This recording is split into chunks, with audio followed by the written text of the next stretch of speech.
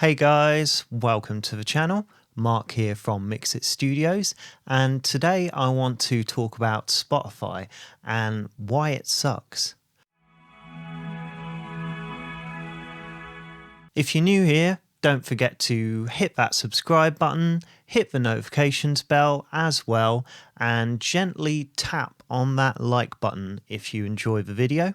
So first, let's take a look at streaming services in general and by extension, subscription services. You have two types of subscription services. One where you're paying for a regular service, whether it be physical or digital, and you get content or products regularly for the duration of your subscription. The other would be where you essentially pay for the use of a product, often software, perpetually for the duration of your subscription, under the premise that you'll get continued support for a product through stuff like updates and customer service.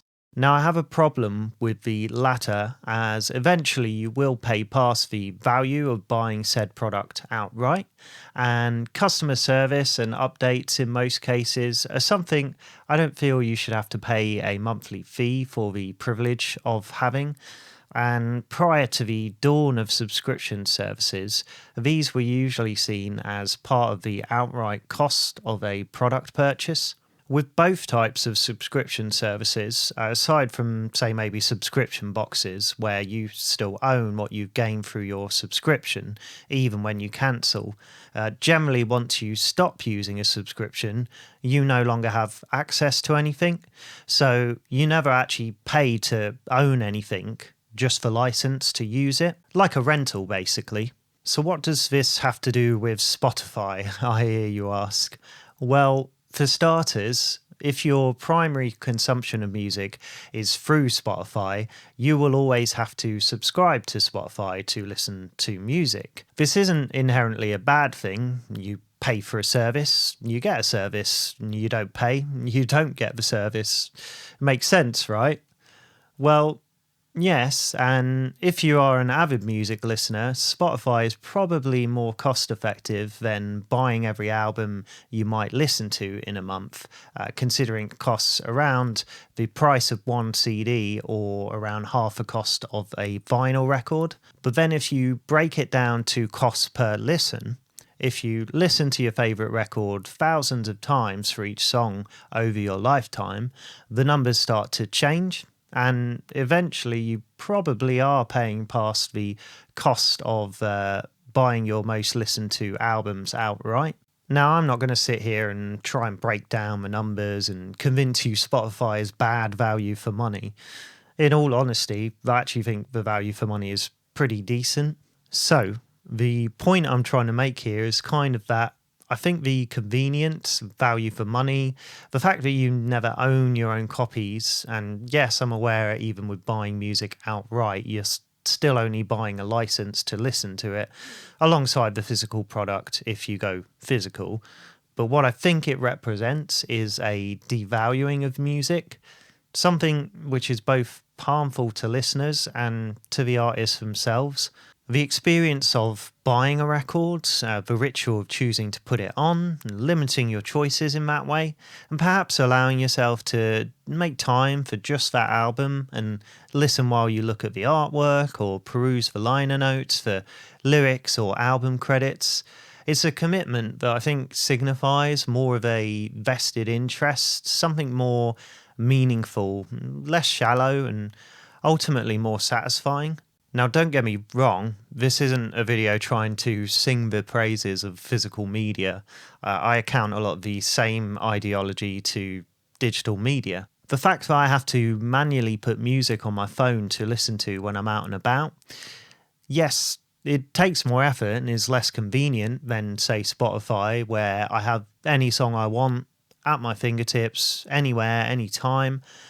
But I get to curate my own library of music, and it's more personal and more considered in that way. I think there's definitely something to be said for limiting your options in that sense, and sometimes I think it can make you appreciate things a little bit more. You feel like you've kind of earned it when you have had to go to that level of effort to make sure that you've got what you want. There's definitely a place for both options, and many people take on a hybrid approach to music listening. Spotify subscription for in the moment convenience and on the go listening, and maybe vinyl or CDs for at home listening. Ultimately, Spotify, like every other product or social platform, it has an agenda to push with what music it promotes the most.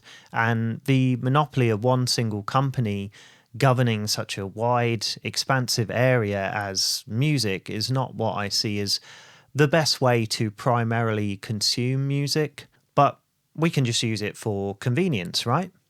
And marry that with our own personally owned music collection.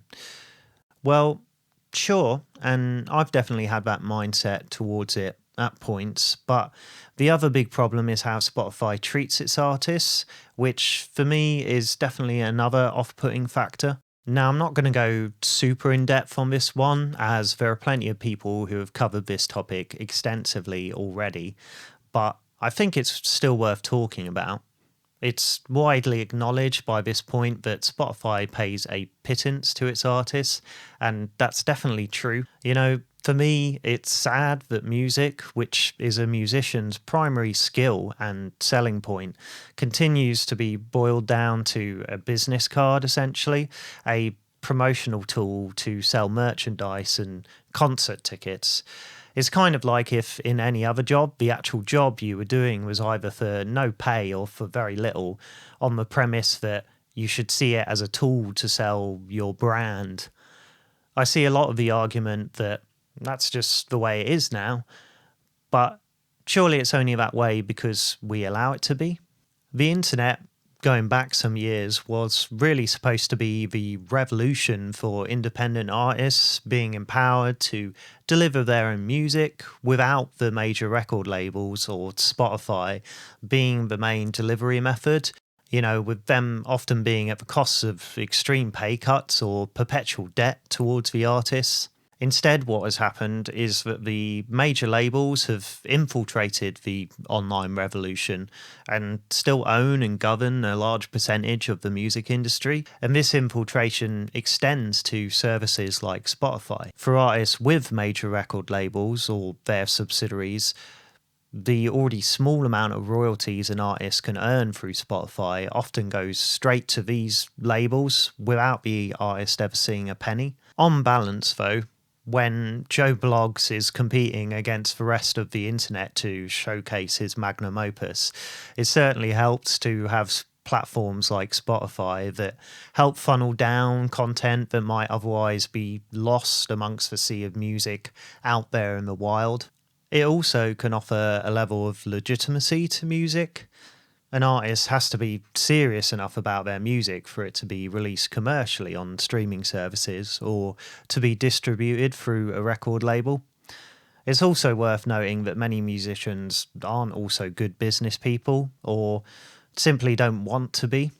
And this is why distributors like labels and other listening platforms like Spotify came into existence in the first place. But I think we're starting to see more musicians and creators in general trying to break away from these distributing platforms and build a more direct connection with their fans. It definitely is more work building your own micro community, but it can also be very empowering and offer way more value to the work an artist creates, both for the artists and for the fans. That's why a lot of independent artists now are moving more towards smaller platforms like Bandcamp or just ignoring the platforms altogether and building something through their own website and their own networks through mailing lists and such, and really trying to build that strong bond with their fans. I think there's maybe a place for both options to coexist, and many artists do kind of leverage using both the existing platforms in place and use that as a kind of way to transition people to their own platforms they create. And I will definitely always encourage people to try and support musicians and other creators directly if possible. So I hope you enjoyed my thoughts. I wanted to cover this subject more broadly than others may have and kind of come at it from a more philosophical angle in terms of the impact on working artists and consumerism that services like Spotify can have. So, subscribe to the channel to keep up to date with my videos. I'm trying to put out regular videos like this, studio vlogs, reviews, tutorials. I also do a lot of React videos, so if you're into any of that, I'd appreciate the support in helping me reach my goal of reaching 1,000 subscribers. I'm really enjoying creating videos so far and hope that this channel continues to grow, and I hope that you guys enjoy the videos. All right, well, I will see you guys in the next one.